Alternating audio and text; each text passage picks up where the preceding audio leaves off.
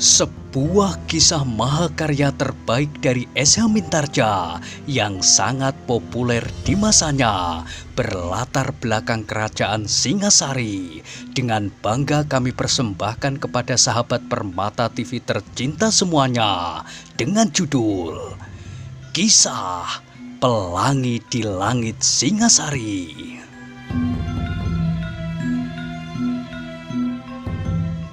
Pada kesempatan yang sangat baik ini, kita masuk pada episode yang ke-126.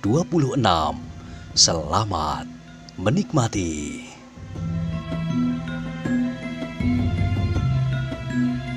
Pada episode sebelumnya telah diceritakan, dengan mengumpat-umpat orang itu memacu kudanya menjauhi perkemahan orang-orang Panawijen. Meskipun kuda itu tidak berpelana, namun agaknya penunggangnya sama sekali tidak terpengaruh olehnya. "Kapan aku mendapat kesempatan itu lagi?" gerutu penunggang kuda itu. Wajahnya yang kasar menjadi semakin kasar dan keras. "Kakang Kepusindat hampir-hampir tidak sabar lagi menunggu." Orang itu berhenti sejenak. Ketika ia berpaling, maka perkemahan orang-orang Panawijen pun sudah tidak tampak lagi. Penunggang kuda itu adalah Wong Sarimpat. Ia datang kembali ke padang karautan itu untuk melihat kemungkinan apakah mereka akan mendapat kesempatan baru untuk menangkap Mahesa Agni.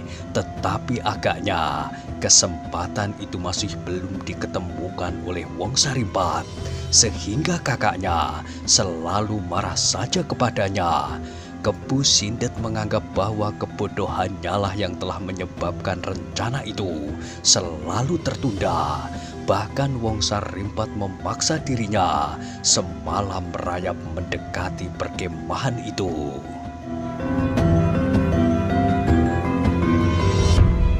Namun ia masih belum melihat cara yang sebaik-baiknya untuk berbuat sesuatu. Kali ini pun ia akan datang kepada kakaknya dengan laporan yang masih akan membuat kakaknya mengumpatinya. "Besok aku akan datang lagi," gumamnya. "Setiap kali aku akan datang, suatu saat pasti akan aku ketemukan cara untuk menangkapnya. Bahkan aku pasti mampu menebus kegagalanku. Aku akan menangkap Mahesa Agni seorang diri tanpa Kakang Kepusindat. Aku yakin bahwa Empu Gandring suatu ketika akan terpisah dari Mahesa Agni." Wong Sarimpat itu pun memacu kudanya lebih cepat lagi. Ia ingin segera sampai di rumah untuk beristirahat. Baru kemarin lusa ia gagal menangkap Mahesa Agni. Semalam ia sudah harus berada di padang karautan itu kembali. Meskipun Wong Sarimpat bukan orang yang mudah menjadi lelah, tetapi ia menjadi jemu, mengintai saja di padang yang dingin itu. Lebih baik ia menyerbu saja ke perkemahan orang-orang Panawijen itu daripada duduk memeluk lutut sambil melihat-lihat apabila ada orang yang hilir mudik keluar perkemahan. Tetapi pesan kakaknya lebih menjemukan lagi baginya. Ia hanya boleh melihat kebiasaan Mahesa Agni. Bagaimana anak muda itu hidup di perkemahannya? Apakah kadang-kadang ia berjalan-jalan keluar lingkungannya, atau kebiasaan-kebiasaan lain yang memungkinkan untuk mengambilnya tanpa diketahui oleh orang lain? Apabila ia melihat Mahesa Agni pergi ke Panawijen, ia harus segera berpacu pulang. Ia akan datang kembali bersama kakaknya untuk mencegah Mahesa Agni kembali ke perkemahannya. "Itu adalah pekerjaan gila," gerutunya sambil memacu kuda di antara gerumbul-gerumbul di padang karautan. Perjalanan ke Kemundungan tidak lebih dekat daripada Panawijen, namun kemudian dibantahnya sendiri. "Tetapi Kakang Kepusindat memperhitungkan bahwa Mahesa Agni pasti berbuat sesuatu yang memerlukan waktu di Panawijen." kuda itu pun kemudian berpacu lebih cepat. Sementara itu, orang-orang Panawijen pun telah mulai sibuk dengan kerja masing-masing. Bahkan kali ini, Empu Gandring pun turut pula berada di antara orang-orang yang sedang bekerja itu. Namun pikirnya selalu diganggu oleh gumpalan debu yang lamat-lamat sekali. Dapat dilihatnya pagi tadi jauh dari perkemahannya.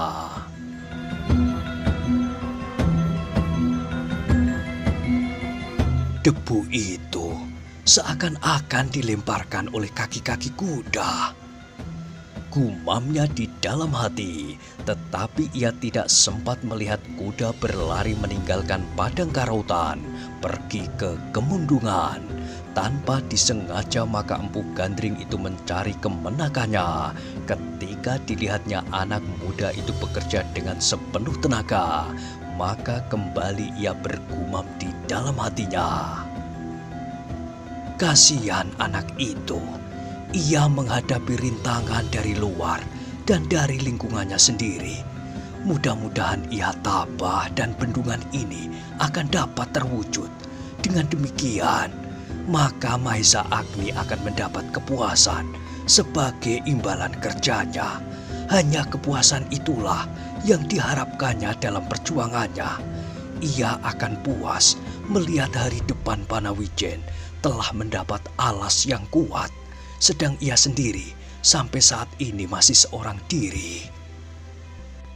Dan orang tua itu pun menjadi semakin iba ketika ia melihat beberapa orang telah menjadi kendor dan segan mengangkat alat-alat di tangannya. Tetapi Mahesa Agni sendiri yang tenggelam ke dalam kerja yang mantap, hampir-hampir tak dapat melihat keadaan itu. Anak-anak muda di sekitarnya pun bekerja dengan giatnya, hampir seperti dirinya sendiri. Meskipun demikian, namun Mahesa Agni merasakan pula bahwa kerja hari ini sudah mulai berkurang daripada kerja yang kemarin. Tetapi dalam tanggapan Mahesa Agni, hal itu adalah karena tenaga mereka yang memang tidak setahan dirinya sendiri.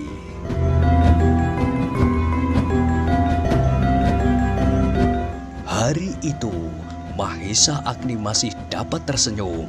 Ketika matahari kemudian turun ke barat, maka orang-orang Panawijen itu pun segera meninggalkan kerja mereka. Mahesa Agni memandangi iring-iringan itu dengan hati yang mantap. Bahkan ia bergumam, kalau mereka tetap bekerja seperti ini, maka aku yakin orang-orang Panawijen akan segera dapat menikmati hasil kerjanya. Mahesa Agni itu berpaling ketika ia mendengar pamannya berkata di sampingnya, "Marilah kita pulang, Agni." "Oh," desis Agni. "Marilah paman." Mereka berdua pun kemudian berjalan membelakangi iring-iringan orang Panawijen yang dengan lelah kembali ke perkemahannya. Tetapi hari-hari berikutnya, Mahesa Agni tidak lagi melihat gairah kerja yang membesarkan hatinya itu. Ia tidak lagi tersenyum di dalam tidurnya. Kerja orang-orang Panawijen itu pun mulai mengendor lagi. Bahkan beberapa orang kemudian berkata kepadanya, "Besok aku tidak dapat ikut serta, Agni. Punggungku sakit." Yang lain berkata, "Kakiku hampir patah, Agni. Kelak apabila sudah sembuh, aku akan bekerja kembali." Dan yang lain berkata, "Kepalaku pening, Agni. Ternyata aku tidak tahan terik matahari yang memanasi rambutku, sehingga setiap kali kepalaku menjadi sakit, seperti ditusuk-tusuk di pelipisku."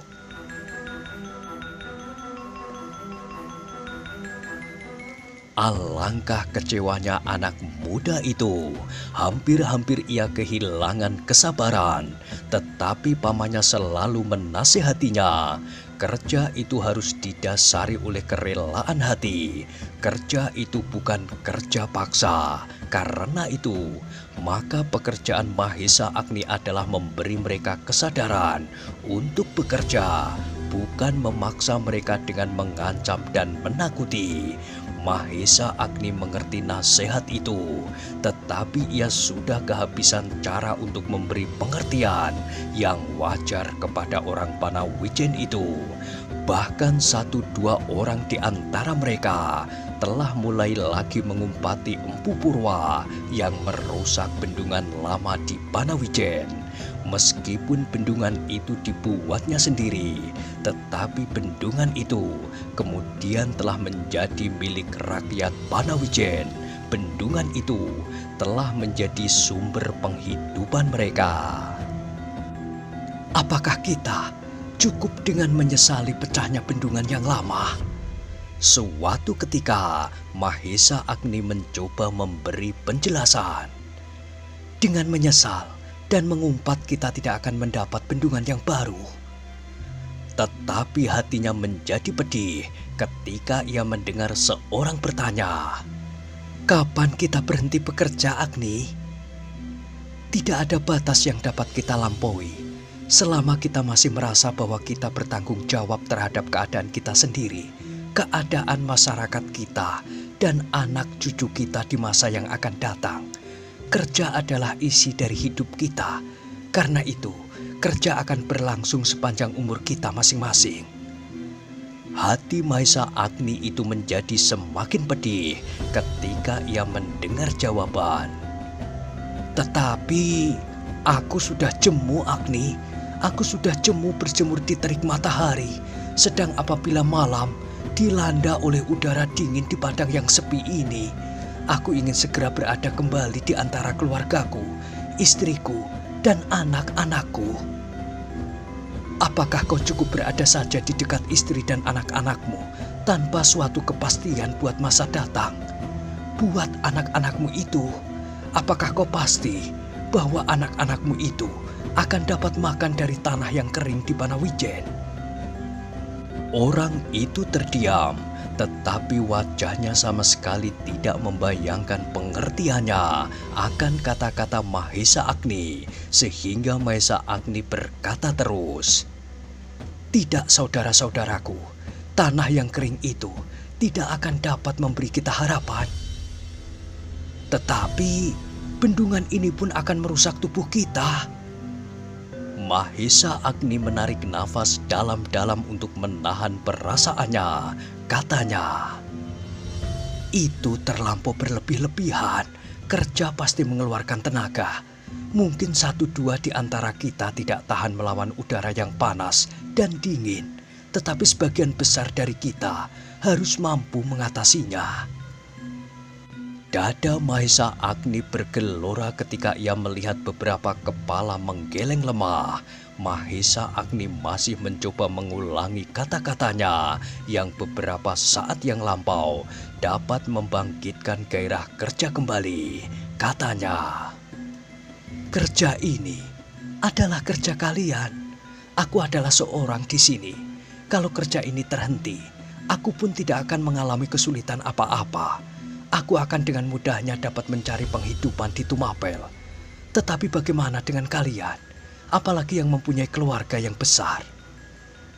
Jawaban yang didengar oleh Mahesa Agni kali ini berbeda dengan jawaban yang terdahulu. Bahkan jawaban itu seakan-akan telah menghentikan arus darah di urat-urat nadi anak muda itu. "Agni, jangan kau merasa dirimu jauh lebih baik daripada kami. Meskipun kami tidak mampu berkelahi, tidak mampu menjadi prajurit, tetapi segi kehidupan seseorang bukanlah hanya berkelahi saja. Aku pun akan dapat mencari penghidupan di tempat-tempat lain. Mungkin menjadi undaki, mungkin menjadi pekadik, atau bertani di tempat-tempat baru yang sudah terbuka." Tanpa disengaja Mahesa Agni tiba-tiba memegangi kepalanya dengan kedua tangannya. Seakan-akan kepalanya itu akan terlepas dari lehernya. Dadanya yang bergelora terasa menjadi sesak, dan dengan demikian Mahesa Agni justru terbungkam.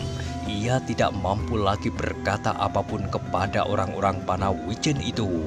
Ketika orang-orang itu kemudian satu-satu meninggalkannya, maka Mahesa Agni seakan-akan sama sekali tidak lagi mampu mengucapkan kata-kata. Yang didengarnya kemudian adalah, "Sudahlah Agni, lepaskanlah keinginanmu membuat bendungan itu dengan mengumpankan kami. Biarkanlah kami mencari jalan sendiri-sendiri."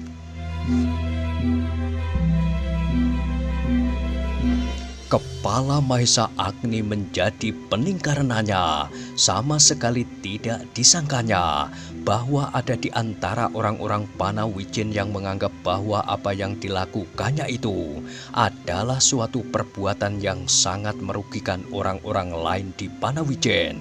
Bahkan ada orang yang merasa dirinya menjadi alat untuk kepentingan Mahesa Agni. Hati anak muda itu menggelegak, berdesak-desakan kata-kata di dalam hatinya untuk membantah anggapan itu. Ia ingin berteriak, tetapi mulutnya seakan-akan terbungkam. 1000 kali ia menjelaskan apa yang sedang dilakukannya kini. Setiap kali orang-orang Panawijen itu pada saat-saat yang lampau menjadi gairah kembali atas kerja mereka apabila mereka mendengar keterangan Mahesa Agni tentang bendungan itu. Tetapi kali ini kata-katanya sama sekali tidak berarti bagi mereka. Bahkan mereka menganggap seakan-akan umpan saja untuk kesenangannya.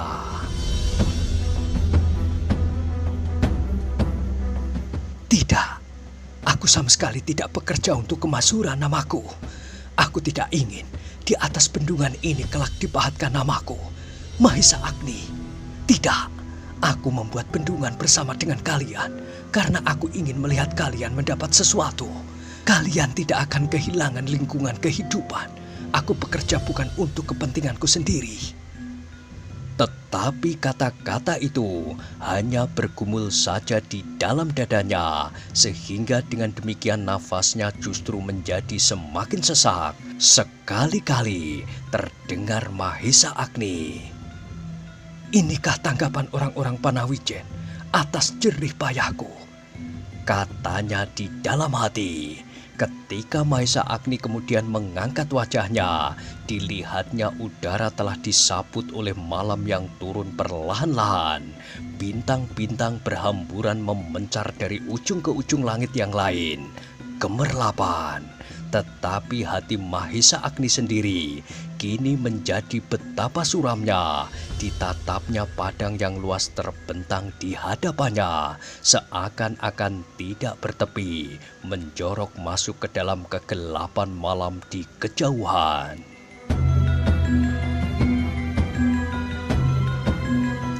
Kini ia duduk seorang diri di sisi perkemahannya. Orang-orang Panawijen telah masuk ke dalam gubuk masing-masing. 1-2 dilihatnya anak-anak muda duduk di sekitar perapian yang menyala. Perlahan-lahan Mahesa Agni bangkit. Dengan langkah yang berat ia berjalan ke gubuknya. Perasaannya dibebani oleh kepedihan hati dan hampir keputusasaan. Ia tidak tahu lagi bagaimana ia harus berkata untuk meyakinkan maksudnya yang baik justru untuk kepentingan orang-orang Panawijen itu sendiri. Dari celah-celah dinding anyaman bambu yang jarang, ia melihat beberapa orang telah berbaring di dalam gubuknya. Tetapi tiba-tiba langkah Mahesa Agni tertegun ketika ia melihat beberapa orang membenahi bungkusan. Dengan serta-merta Mahesa Agni berbelok masuk ke dalamnya. Orang-orang itu pun terkejut, tetapi sejenak kemudian mereka seakan-akan menjadi acuh tak acuh kepada Mahesa Agni. Diteruskannya kerjanya berbenah-benah. Ketika Mahesa Agni melihat apa yang sedang dibenahi itu, hatinya berdesir-desir. Tanpa disadarinya, terloncat kata-kata dari bibirnya. "Apakah artinya ini?" Orang itu berpaling. Hanya sejenak, kembali mereka menjadi acuh tak acuh. Meskipun demikian, salah seorang dari mereka menjawab, "Aku membenahi pakaianku, Agni." "Kenapa?" bertanya Agni. "Aku besok akan kembali ke Panawijen." Darah Mahesa Agni serasa membeku mendengar jawaban itu. Sejenak ia diam mematung. Ditatapnya saja orang itu membungkus beberapa potong pakaiannya dan beberapa macam peralatan kecil. Di sudut gubuk itu Mahesa Agni melihat seikat alat-alat yang lebih besar, cangkul, kelewang pemotong kayu dan sebuah kapak. Baru sejenak kemudian ia mampu bertanya, "Kenapa kalian akan kembali ke Panawijen?" "Aku sudah jemu berjemur di terik matahari. Beberapa orang menjadi sakit. Ada yang bengkak kakinya, ada yang sakit panas dingin, ada yang punggungnya patah. Mungkin kau tidak melihatnya, Agni." "Bukankah Pitung telah sembuh?" bertanya Agni.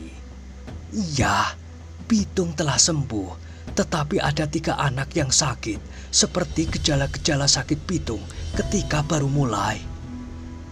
"Oh, aku memang belum tahu. Kenapa tidak ada yang memberitahukannya kepadaku?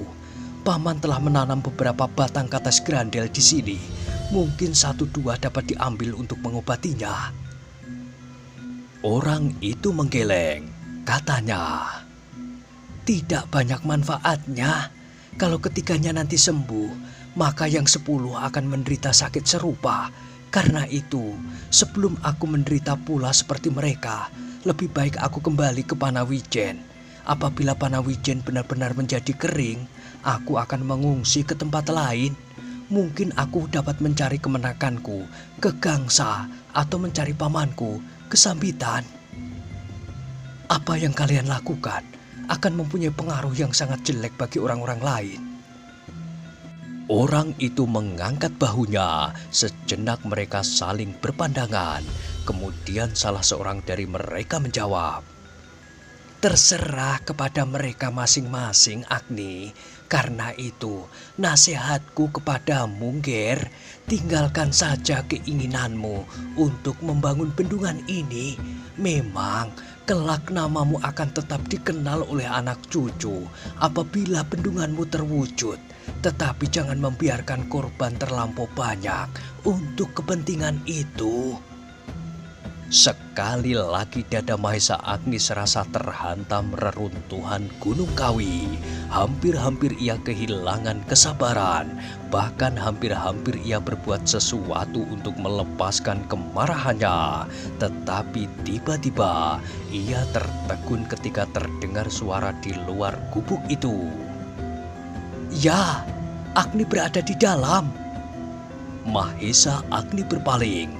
Dilihatnya seorang anak muda yang pucat berdiri di muka pintu. Ketika dilihatnya Mahesa Agni, maka katanya, "Agni, aku memerlukan kau." "Kenapa?" "Wajahku menjadi panas, tetapi tubuhku terasa dingin." Orang-orang yang sedang berbenah itu menyahut, "Itu adalah gejala-gejala seperti penyakit Pitung." Wajah yang pucat itu menjadi semakin pucat. Selangkah ia maju masuk ke dalam gubuk. Dengan suara gemetar ia berkata, "Apakah aku akan sakit seperti Pitung?" Yang menjawab adalah salah seorang yang berada di dalam gubuk dan sedang membenahi pakaiannya. "Iya, kau akan sakit seperti Pitung. Bukan hanya kau, telah ada 3 orang lagi yang akan sakit seperti kau." Anak muda itu menjadi semakin cemas. Tiba-tiba ia berkata, "Agni, aku takut." Dada Mahesa Agni yang bergelora itu menjadi kian bergolak. Dengan suara bergetar ia bertanya, "Kenapa kau takut?" "Aku tidak mau sakit. Kami telah menyimpan obatnya. Bukankah Pitung kini telah berangsur sembuh?" Anak muda itu terdiam sesaat, tetapi kemudian ia berkata, Tetapi siapakah yang akan mengurus aku selama aku sakit? Selagi kau belum sakit, besok aku akan membuat obat untukmu. Aku masih ada persediaan obat itu. Bahkan telah ditanam pula beberapa batang oleh Paman Empu Gandring di sini. Dan kini telah mulai tumbuh subur. Tetapi aku takut, Agni, kalau aku sakit, aku akan kembali kepada ibuku. Hei, Mahesa Agni menahan nafasnya. Kau masih juga biung-biungan. Anak itu terdiam, tetapi yang menjawab adalah orang lain yang sejak semula telah berada di tempat itu. Biarlah ia kembali ke ibunya, Agni. Kepada anak muda itu ia berkata, benahilah pakaianmu, besok kembali bersama aku ke Panawijen. Apakah Paman akan kembali ke Panawijen? Iya, besok aku akan kembali. Baik, baik Paman. Wajah anak muda yang pucat itu tiba-tiba menjadi cerah. Tanpa berkata sepatah kata pun lagi, ia berlari meninggalkan gubuk itu. Mahesa Agni hanya dapat menarik nafas dalam-dalam. Perasaannya bergejolak semakin dahsyat, tetapi ia tidak dapat berbuat sesuatu. Karena itu maka dadanya sendirilah yang terasa menjadi pepat. Maafkan kami, Agni. Terdengar salah seorang itu berkata, aku tidak dapat mengikuti jalan pikiranmu. Bendungan itu bagi kami hanyalah tinggal suatu mimpi yang mengagumkan. Tidak, terdengar suara Mahesa Agni bergetar. Aku akan mewujudkan bendungan itu. Kalian akan melihat kelak tanah ini menjadi subur. Tanam-tanaman akan menjadi hijau segar seperti beberapa batang kates grandel yang ditanam oleh Paman Empu Gandring. Baru beberapa hari saja, pohon itu telah menjadi 3 kali lipat tingginya daripada alat batang itu ditancapkan di tanah. Orang itu mengangguk-anggukkan kepalanya, katanya, mudah-mudahan Agni, tetapi aku tidak akan turut serta. Wajah Mahesa Agni menjadi merah karena perasaan yang bercampur baur di dalam dadanya. Tanpa sesadarnya tiba-tiba ia berkata, terserah kepada kalian. Kami di sini tidak tergantung kepada 1, 2, 3 orang yang sama sekali tidak mempunyai tanggung jawab buat masa mendatang. Pergilah, kalau kalian akan pergi.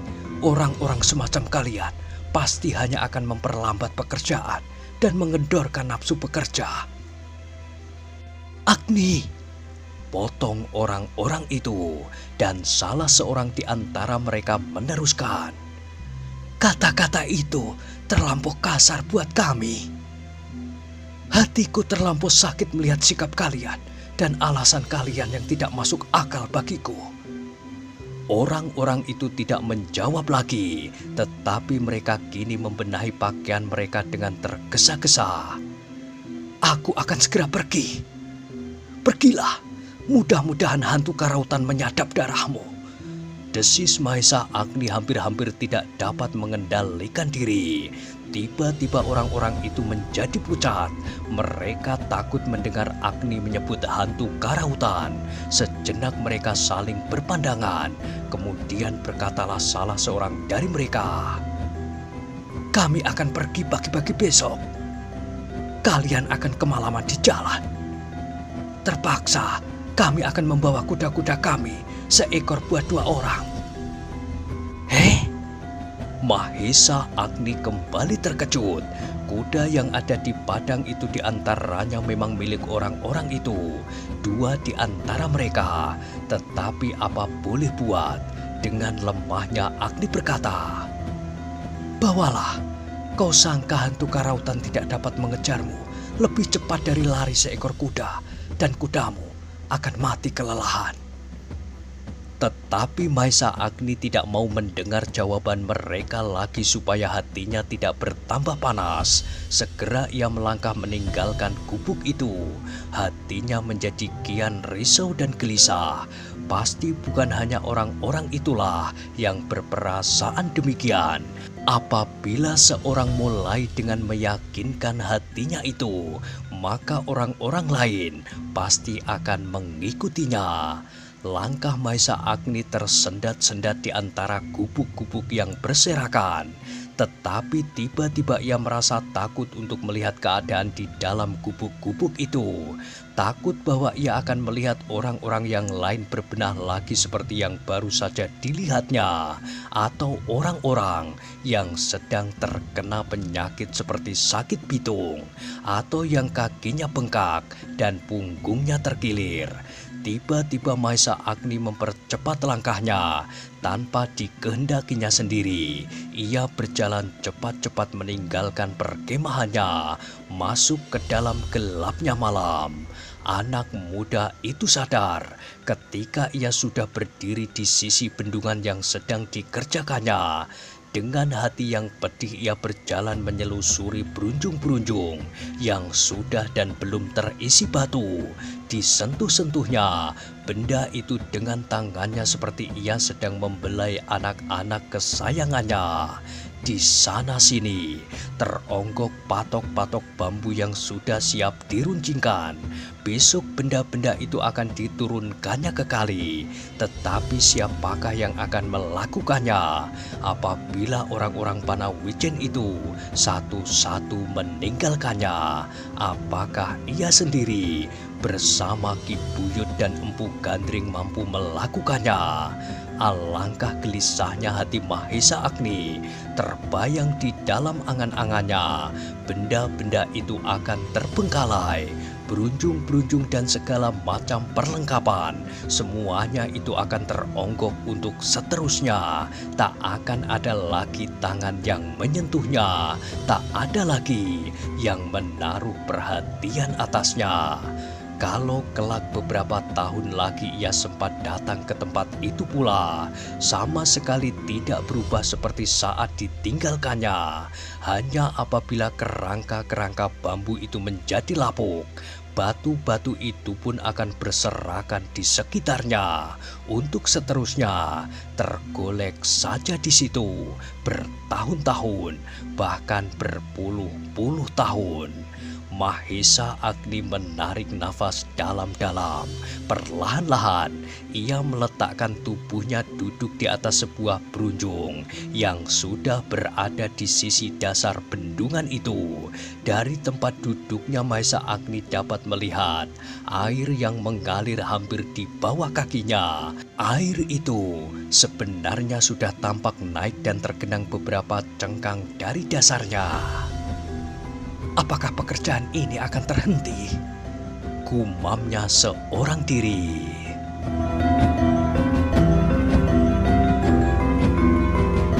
Ia akan dapat membayangkan seandainya 1-2 orang saja meninggalkan kerja itu, maka sehari 2 hari lagi hal itu pasti akan menjalar kepada orang-orang lain. Mereka pun akan segera meninggalkan padang ini untuk seterusnya berpencaran mencari tempat-tempat baru di padukuhan-padukuhan yang telah terbuka. Mungkin sekedar menjadi pekerja atau pencari kayu atau pekerjaan-pekerjaan lain yang dapat mereka lakukan sekedar untuk mendapatkan upah. Kenapa mereka tidak mempertahankan harga diri meskipun pada permulaannya semuanya dilakukan dengan prihatin? Gumamnya seorang diri. Meskipun kini mereka harus membanting tulang, tetapi mereka tidak perlu mencari belas kasihan orang lain. Mereka kelak akan menikmati hasil tangan sendiri. Tetapi orang-orang Panawijen berpendirian lain. Mereka tidak setabah Mahesa Agni menghadapi kesulitan. Setelah berpuluh tahun mereka hidup dengan senang. Setiap cengkang tanah memberi mereka makan. Setiap dahan yang ditancapkan akan berbuah. Maka mereka benar-benar menjadi pekerja-pekerja yang kurang baik. Dengan hati yang risau, Mahesa Agni duduk terpekur. Dipandanginya, arus sungai yang gemericik membawakan lagu yang rawan, seperti lagu yang bergema di dalam hati Mahesa Agni itu sendiri.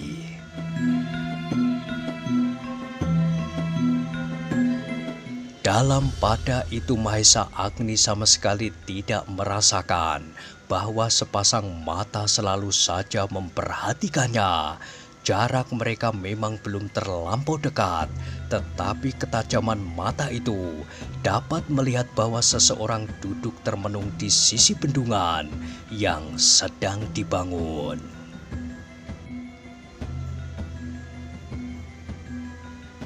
Nah, bagaimanakah kisah selanjutnya? Silahkan ikuti terus kisah Pelangi di Langit Singasari pada episode berikutnya. Sampai jumpa.